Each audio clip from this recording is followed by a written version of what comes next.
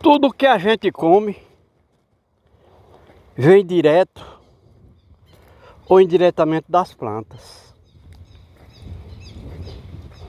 Quando a gente coloca o termo gente, se referindo ao ser humano, porque nós temos a necessidade fisiológica de comer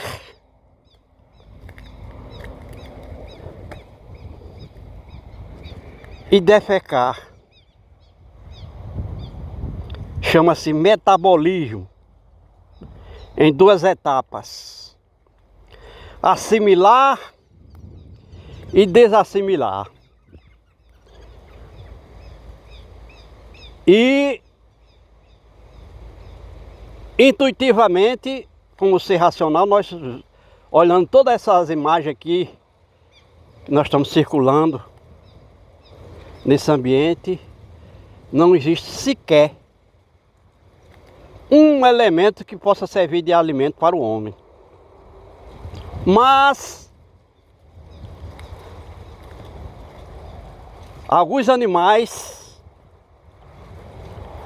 encontram alimentação ainda nessa vegetação pelada, sem folhas, mortas, aparentemente mortas, mas elas ainda estão no sistema de dormência por conta da ausência de água no solo, que não permite que elas se mantenham enfolhadas.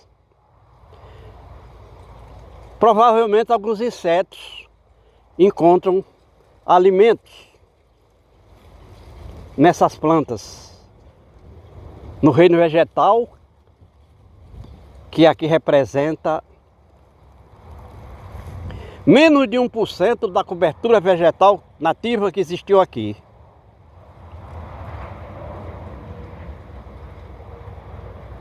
E nós sabemos que, por intuição, que nós somos seres racionais, nós, que eu digo nós, gente, que as abelhas, por exemplo, não encontram alimento aqui. Porque a gente sabe que as abelhas coletam o néctar da flor para fazer o mel. E na botânica existe uma regra que diz o seguinte: a flor é uma folha modificada. E se não existem folhas na planta, não existe flor. Mas, entretanto, mesmo tendo folhas, as flores só acontecem em um determinado período do ano em cada planta. A planta tem seu tempo de floração no tempo das chuvas, quando tem o solo úmido e a planta pode colher a água por intermédio das raízes para viver. Sem água não vive, porque a água é o principal elemento da vida. Nós acabamos de dizer e explicar que não tem nenhuma abelha aqui nesse momento. E é comum aqui o apicultor, o homem que cria abelhas, durante 6 a 8 meses do ano, ter que fazer uma garapa de rapadura para manter a abelha presa, para que ela não morra e não arribe, ou seja, ela se alimentar. Mas nem sempre a garapa de rapadura consegue manter a abelha no ambiente. Embora sendo doce, não é o doce que existe no mel da abelha.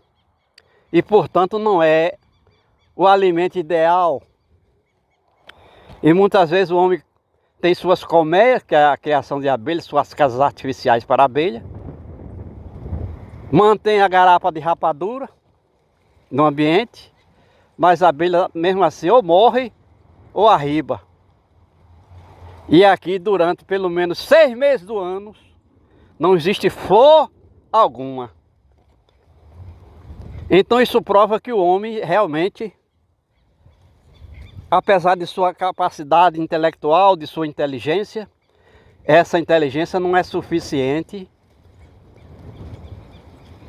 para manter flor, plantas com flores para a abelha o tempo todo, o ano todo. E nós podemos dizer que o homem é o problema. Quando a gente mostra que aqui não tem flor alguma, não tem folha nas plantas, e explicamos que aqui não tem nem 1% da variedade das espécies de vegetais que existiram aqui. A gente está vendo isso aí, apenas uma espécie de vegetal, que é a jurema, porque é adaptada à nova situação climática daqui. Mas foi o homem que fez isso aqui. Durante 200 anos, no mínimo, o homem arranca frequentemente essas árvores, queima,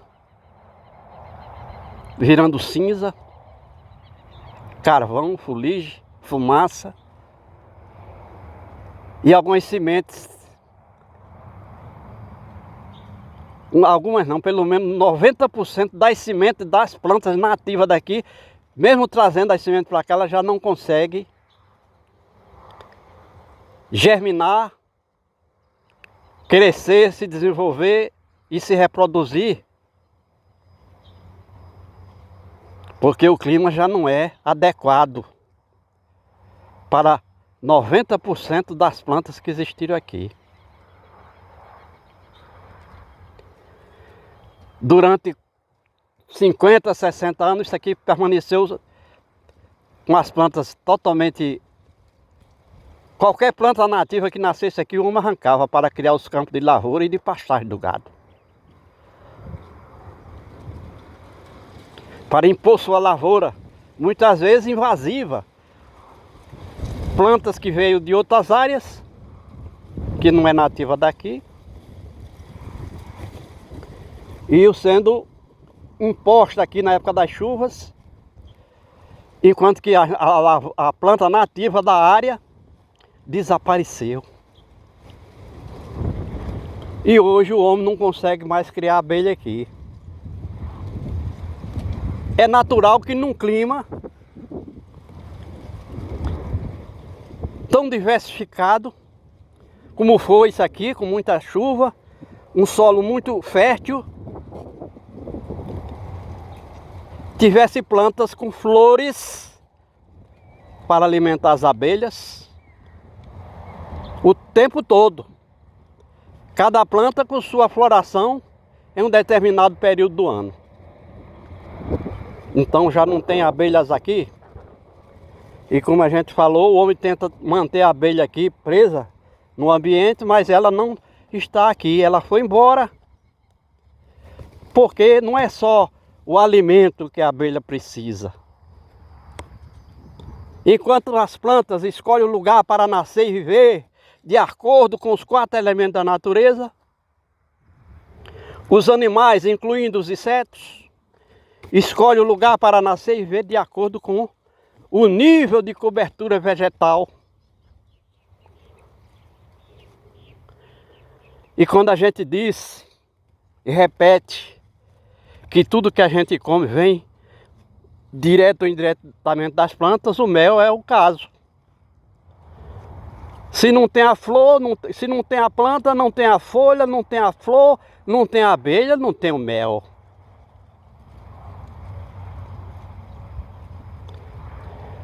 Então, essas duas necessidades fisiológicas, a assimilação, que é comer, e desassimilação, que é defecar, são 2 etapas do metabolismo. E aqui nós estamos vendo fezes de dois animais, bovino e humano. Se nós consultássemos por intermédio desse nosso trabalho, se alguma dessas fezes são maléficas ao ambiente, certamente o homem iria citar a sua própria. Porque ele se coloca na condição de um ser que não estaria enquadrado na lei que diz que tudo que a gente come vem direto ou indiretamente das plantas, nós seres humanos. Mas os animais, o bovino, herbívoro, se alimenta de plantas. E é por isso que o homem coloca suas fezes, sua urina, deposita em um vaso sanitário, perto de casa, na casinha. Usa de 10 a 12 litros para empurrar aqueles excrementos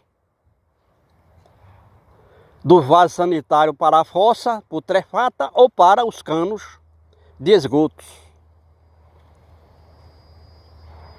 E assim também cria elementos químicos para tirar o odor dos excrementos, dos seus excrementos, e para destruir micro-organismos que naturalmente se formam nas fezes dos animais, não só do homem, e até os micro-organismos que estão no próprio organismo do homem, que são benéficos. Quando vão para as fezes, ele coloca detergente, desinfetante, soda cáustica, ácido muriático em suas fezes, dizendo que é para eliminar os micro-organismos que fazem parte, inclusive, do organismo humano. Não estaria qualquer malefício ao ambiente, pelo contrário. Nas fezes tem minerais, matéria orgânica variadíssima, tem água, tem gases muito mais benéficos ao ambiente do que as fezes do bovino. Então a gente vê que o homem realmente está se autodestruindo. Nós começamos aqui mostrando o que ele eliminou de vida aqui para impor sua agricultura, para colocar seu gado aqui. Ou seja, campos de lavoura e de pastagem do gado, e hoje já não consegue criar gado, nem consegue plantar lavoura, porque o clima está totalmente estranho. Mas está estranho porque foi o próprio homem que criou essas condições. Então hoje tem uma parte da humanidade que diz que essa mudança climática que está aí é natural, que acontece a cada 10 mil anos, 5 mil anos, 6 mil anos. Como é o aquecimento global. Mas porque o homem não sabe que 16 espécies de hominídeos já desapareceram da Terra por não saber, por não poder se adaptar à condição, às mudanças climáticas, porque o clima ele é dinâmico. Que vai mudar, que vai haver mudança sim, mas grande parte da mudança que tem aqui nesse momento, que a gente está provando aqui, é pela ação nefasta do homem, que eliminou 90% das espécies vegetais. E consequentemente, aqui existia uma massa vegetal de 5.000 metros cúbicos de massa vegetal por hectare, ou seja, em 10 mil metros quadrados. O homem eliminou. E como o vegetal é o quinto elemento da natureza, porque é autótrofo, sintetiza os elementos da natureza em matéria orgânica, e é o único ser vivo que pode fazer isso. O clima mudou. Enquanto que a mudança poderia vir em 1000 anos, o homem fez isso em 100 anos. Essa mudança. Conseguiu ao eliminar a cobertura vegetal aqui, nessa parte da terra do Brasil, para impor sua cultura estúpida, irresponsável. Conseguiu fazer isso em 100 anos. De uso da terra, uso da água, uso do solo. Usar é diferente de utilizar. Usar é gastar, consumir e destruir. Utilizar é tornar útil ou manter útil a vida. E a gente fala como é que o homem destruiu, e nós vamos dar uma caminhadazinha aqui e mostrar como é que o homem está se matando aqui. Mas não é ele somente não. Ao eliminar a cobertura vegetal dessa forma, ele está eliminando também as outras formas de vida. Se eliminar a cobertura vegetal dessa forma, eliminando também o solo, está aqui o exemplo, fogo. Nós estamos aqui a uma distância de mais ou menos 5 metros do fogo, quando o homem transformou toda essa massa orgânica em cinza, carvão, fuligem e fumaça, que vai contribuir para aumentar o aquecimento global, não há dúvida. Essa mesma fumaça, fuligem, que vai sendo levada pelo vento, vai se chocando, vai se prendendo às plantas, às árvores, e a planta deixa de respirar, porque bloqueia os poros de respiração. Então, quando a gente disse e repete que o fogo é um agente de destruição incompatível com a vida, de tal forma que o fogo e a vida não podem estar no mesmo lugar ao mesmo tempo, está aqui o exemplo. E foi assim que o homem fez para eliminar a cobertura vegetal, dizendo que era para poder abrir espaço para criar pasto pro gado e lavoura, e plantar, impor sua lavoura. Na realidade, não deu certo, não deu certo. É destruição total. E não existe regra nem lei, porque o homem pega um pedaço desse de chão, que era tudo terra devoluta aqui no Brasil, como se chama, sem dono, e o homem chegava, fazia um cercado aqui nessa área do Brasil, aí dizia, é meu.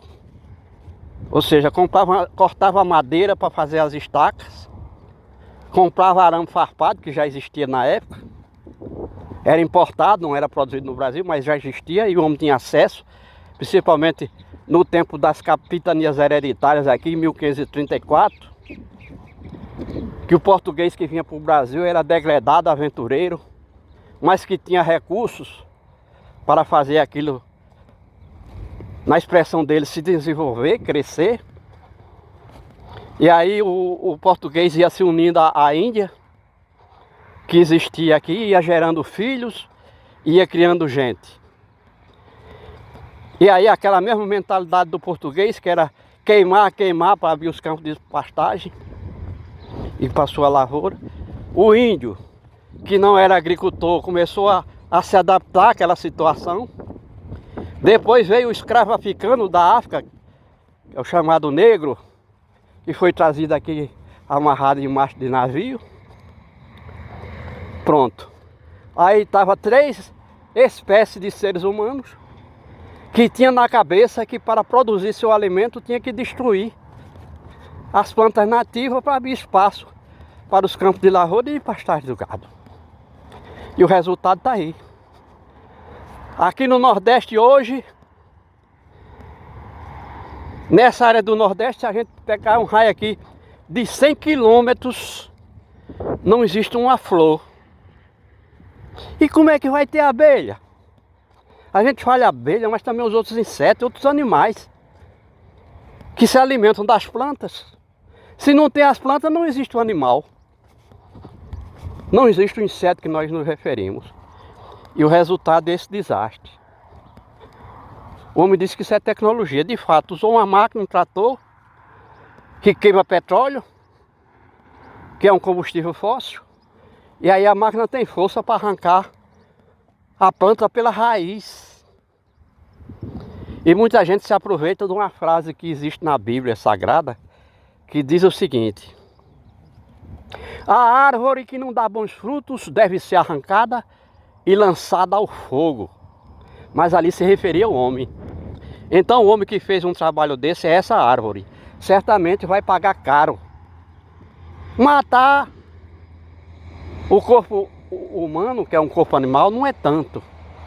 Imagina o cara perder a sua condição de ser humano, cidadão do universo.